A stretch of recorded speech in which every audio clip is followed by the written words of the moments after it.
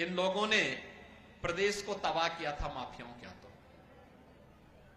और मुझे तरस तो इस बेचारे शिवपाल पे आती है।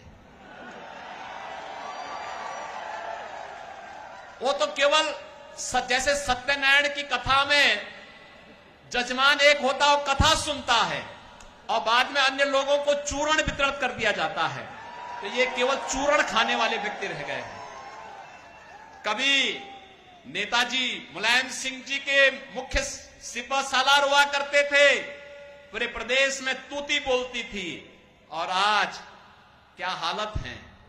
यानी कहीं कोई कार्यक्रम हो रहा है तो उनको बैठने के लिए सोफा नहीं मिलता, हत्ता मिलता है बैठने के लिए, हत्ता। और चूरण खाने के आदी हो गए हैं।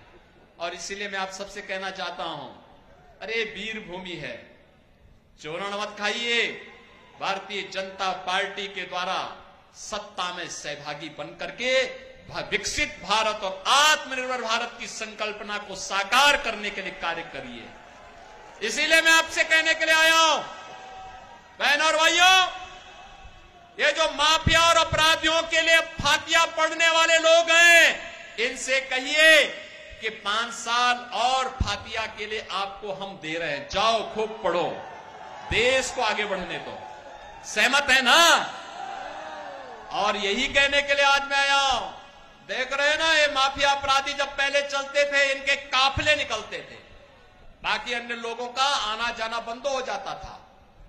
और अब इनके गले में तख्ती लटकी है, कहते हैं हुजूर एक बार केवल जान बख्श दो, थैली लगा करके आजीविका चला लूंगा।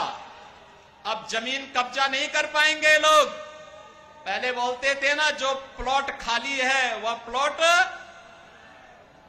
उस पे कब्जा करते थे जबरदस्ती, सपा का बोर्ड लगा के कब्जा कर लेते थे। अब भी कब्जा कर पाएंगे क्या?